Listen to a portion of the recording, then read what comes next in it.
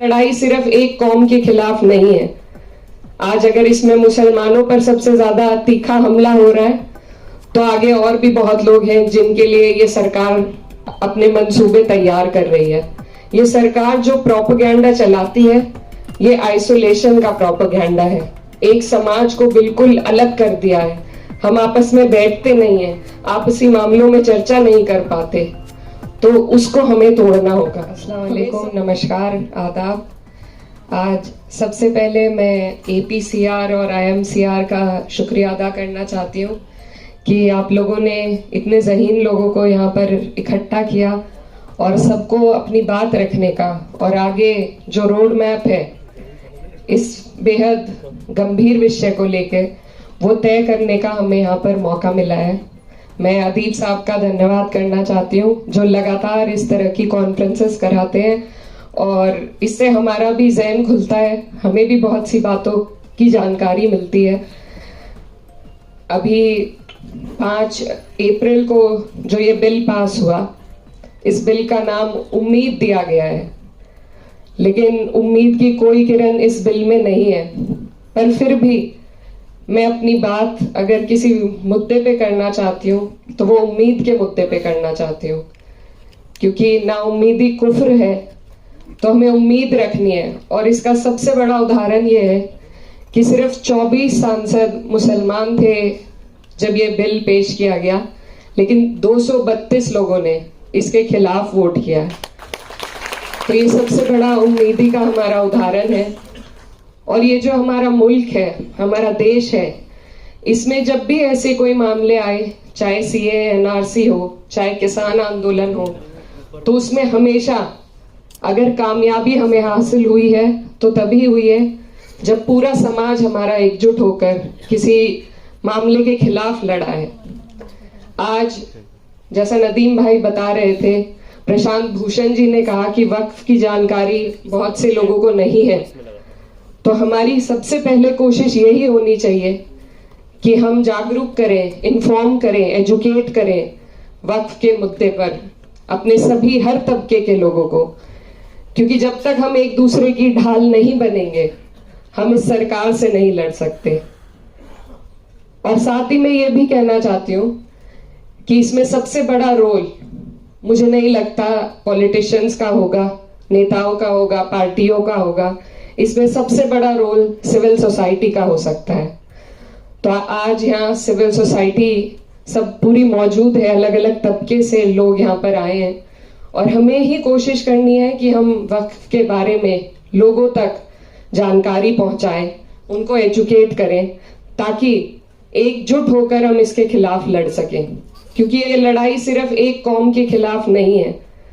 आज अगर इसमें मुसलमानों पर सबसे ज्यादा तीखा हमला हो रहा है तो आगे और भी बहुत लोग हैं जिनके लिए ये सरकार अपने मंसूबे तैयार कर रही है।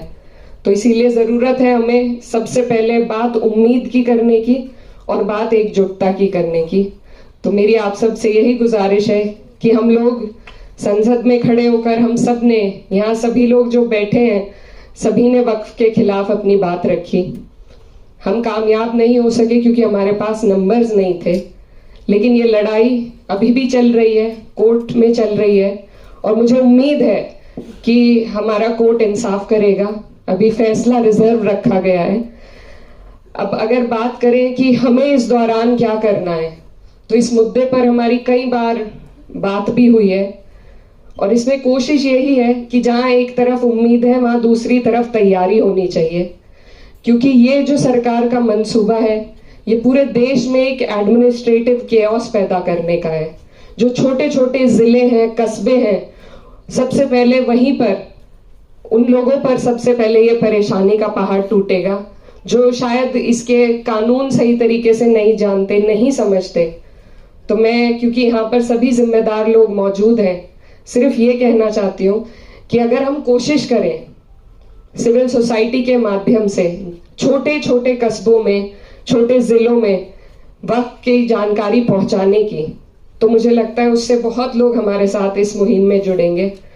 और दूसरी बात, क्योंकि यहाँ पर सभी लोग बहुत कुछ करना चाहते हैं लेकिन रास्ता समझ में नहीं आता है, तो मेरी जो छोटी सोच है उससे मुझे ये लगता है कि अगर हम लीगल कैंप्स, लीगल एड अभी से हम ऐसे लोगों की तैयारी करें जो हर जिले में, हर कस्बे में जहां भी इस तरह के मुद्दे उठते हैं, जैसा संभल में उठ चुका है, उसके अलावा भी, क्योंकि कोर्ट सिर्फ सारे मामले सुप्रीम कोर्ट में लाए जाएं ये भी मुमकिन नहीं हो पाता।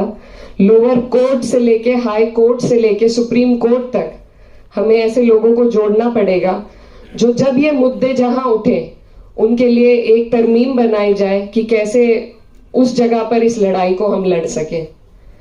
अभी हमारे एक स्टूडेंट लीडर थे, उन्होंने बहुत अच्छी बात कही और समाजवादी पार्टी पर भी सवाल उठाया। ये जगह पार्टी की बात करने की नहीं है, लेकिन मैं फिर भी ये कहना चाहती हूँ कि हमारे देश में जो भी कुछ हो रहा है वो राजनीति से होकर गुजरता है, जैसे कि वक्फ भी है। तो इसलिए जरूरी है कि हर मंच पर हम अपने अंदर भी झांकें, हमारी जो कमियां रही हैं उन पर भी ध्यान दें और साथ में बात राजनीति की जरूर हो। द वर्ड ए पॉलिटिकल, इससे मुझे बड़ी नफरत है क्योंकि कुछ भी हमारे देश में ए पॉलिटिकल नहीं होता है। तो बात पॉलिटिक्स की जानी चाहिए और हम जहां खड़े हैं हमारी जिम्मेदारी है कि अगर हमारे ऊपर कोई भी अगर वर्ग हो, उस पर कोई संकट आए तो अपनी पार्टी का रुख उस तरफ मोड़ने की जिम्मेदारी हमारी है। और मुझे लगता है कि अब तक हमने कोशिश की है कि पार्टी ने एक मजबूत रुख पेश किया है वक्फ के खिलाफ और हर एक मुद्दे पर, और आगे भी इस जिम्मेदारी को, जिया भाई भी यहाँ पर हैं, हम सभी लोग निभाएंगे और बाकी जो पार्टीज यहाँ मौजूद हैं उनसे भी हमें ये उम्मीद है। लेकिन जो आने वाले चुनाव हैं, बिहार में एक चुनाव आने वाला है, उसके लिए मैं खास तौर पर कहना चाहती हूँ कि जो धोखा हमें बिहार में मिला है उसको हमें याद रखने की जरूरत है और वहां पर उसी हिसाब से, किसी पार्टी के लिए मैं वोट नहीं मांगना चाहती, लेकिन उसी हिसाब से अपना जहन खोलकर हमें हर एक पहलू पर ध्यान देने की जरूरत है। तो उसमें राजनीति भी आती है, उसमें लीगल एड भी आएगी और उसमें सिविल सोसाइटी का बहुत बड़ा योगदान रहेगा लोगों को एजुकेट करने के लिए, उनको साथ जोड़ने के लिए। ये सरकार जो प्रोपेगेंडा चलाती है ये आइसोलेशन का प्रोपेगेंडा है, एक समाज को बिल्कुल अलग कर दिया है। हम आपस में बैठते नहीं हैं, आपसी मामलों में चर्चा नहीं कर पाते, तो उसको हमें तोड़ना होगा। हमें सबको अपनी परेशानियों से अवगत कराना होगा और उनकी परेशानियों की जानकारी रखकर एक दूसरे की ढाल बनकर एक दूसरे का साथ देना होगा, एक दूसरे के साथ खड़े होना होगा। तभी मुझे लगता है कि इस तरह की कोई भी जंग हम जीत पाएंगे।